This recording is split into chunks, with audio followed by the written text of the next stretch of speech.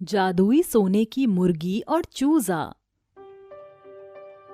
मुर्गी ले लो मुर्गी, ताजी ताजी मुर्गी, रंग बिरंगी मुर्गी, मुर्गी के साथ उनके चूजे फ्री। भाई साहब, कितने की है मुर्गी? अरे मैडम जी, एक मुर्गी पूरे 150 रुपए की है।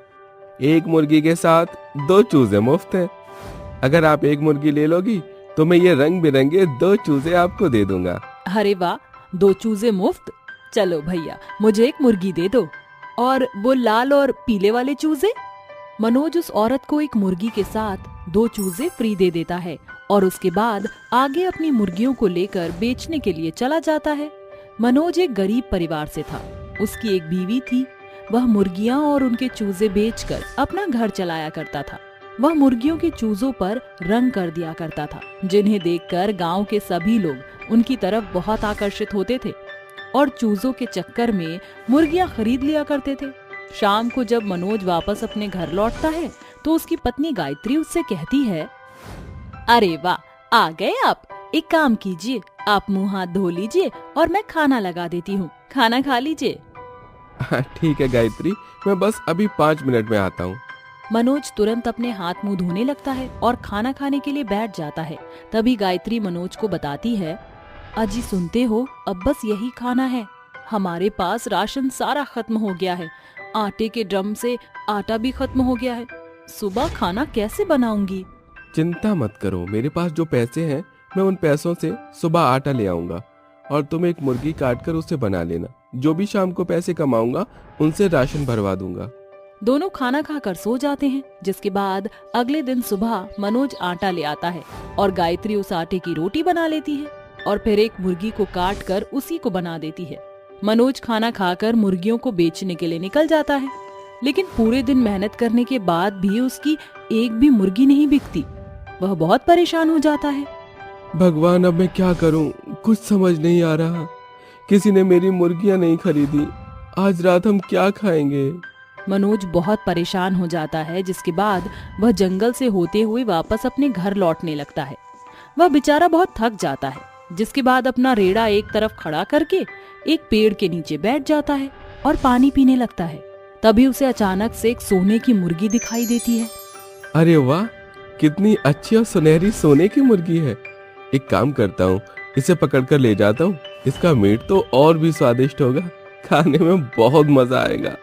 ये सोचकर मनोज उसे पकड़ने लगता है, लेकिन मुर्गी उससे बचकर भागने की कोशिश करती है। लेकिन किसी तरह मनोज उसे पकड़ ही लेता है और पकड़कर अपने रेड़े पर बाकी मुर्गियों के साथ कैद कर लेता है। जिसके बाद वह अपने घर के लिए निकल जाता है। घर पहुंचकर मनोज अपनी पत्नी गायत्री से कहता है, अरे गायत्री, ये देखो, मैं तुम्हारे लिए कितनी सुनहरी सोने जैसी दिखने वाली मुर्गी लेकर आया हूँ। एक काम करो, इसे बना लो। इसे खाकर हम लोग अपना पेट भर लेंगे। ठीक है जी, मैं अभी इसे बना देती हूँ। जैसे ही गायत्री उसे पकड़ने के लिए आगे बढ़ती है, मुर्गी गायत्री से कहती है, मुझे मत मारो। अगर तुमने मुझे मार दिया तो मुझे मारकर तुम्हें कोई फायदा नहीं होगा। मैं कोई मामूली मुर्गी नहीं हूँ। मुर्गी को ऐसे बात करते हुए देख दोनों अचंभित रह जाते हैं। जिसके बाद मनोज कहता है, अरे, ऐसा कैसे हो सकता है? एक मुर्गी बात कैसे कर सकती है? मैं एक जादुई सोने की मुर्गी हूँ। मुझे एक देवी ने वरदान दिया था, जिसके बाद से मैं जादुई सोने की मुर्गी बन गई। ये कहकर मुर्गी एक सोने का अंडा दे देती है, जिसके अंदर से एक सोने का चूजा निकलता है। देखो, मैं सच में एक जादुई सोने की मुर्गी हूँ और ये मेरा चूजा है। मैं सोने के अंडे देती हूँ और ये चूजा अपनी चोंच से सोने के सिक्के देता है। क्या सच में ये चूजा भी सोने के सिक्के देता है? मुझे तो अपनी आँखों पर विश्वास ही नहीं हो रहा।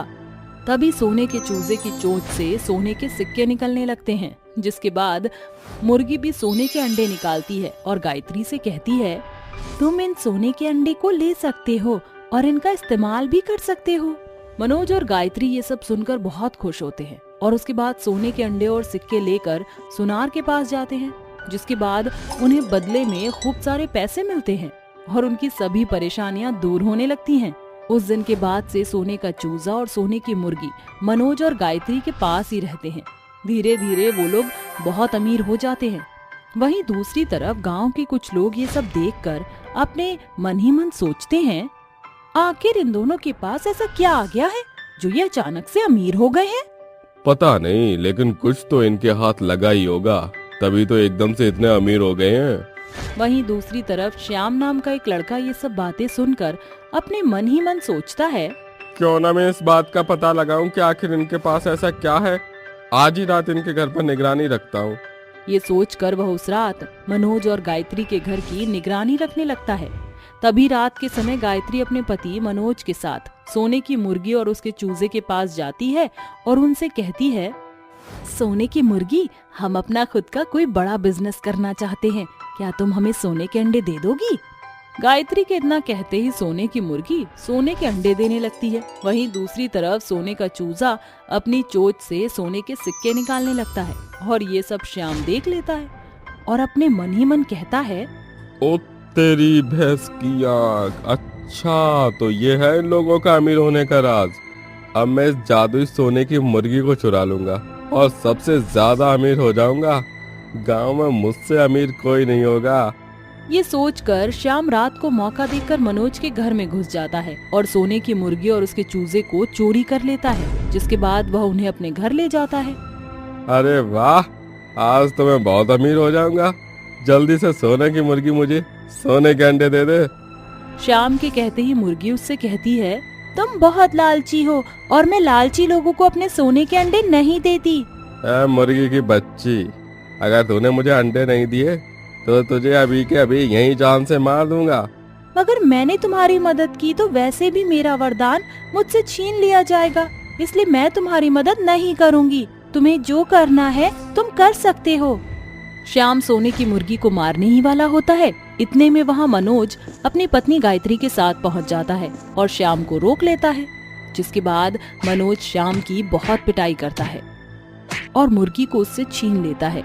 इतनी पिटाई खाने के बाद श्याम को अकल आ जाती है और वह मनोज से कहता है, भैया मुझे माफ कर दो, मुझसे बहुत बड़ी गलती हो गई और लालच में आकर मैंने कुछ भी नहीं सोचा। मैं बहुत ही लालची हो गया था। मुझे अपनी गलती का बहुत पछतावा है। आइंदा मैं कभी भी कोई भी चोरी नहीं करूंगा।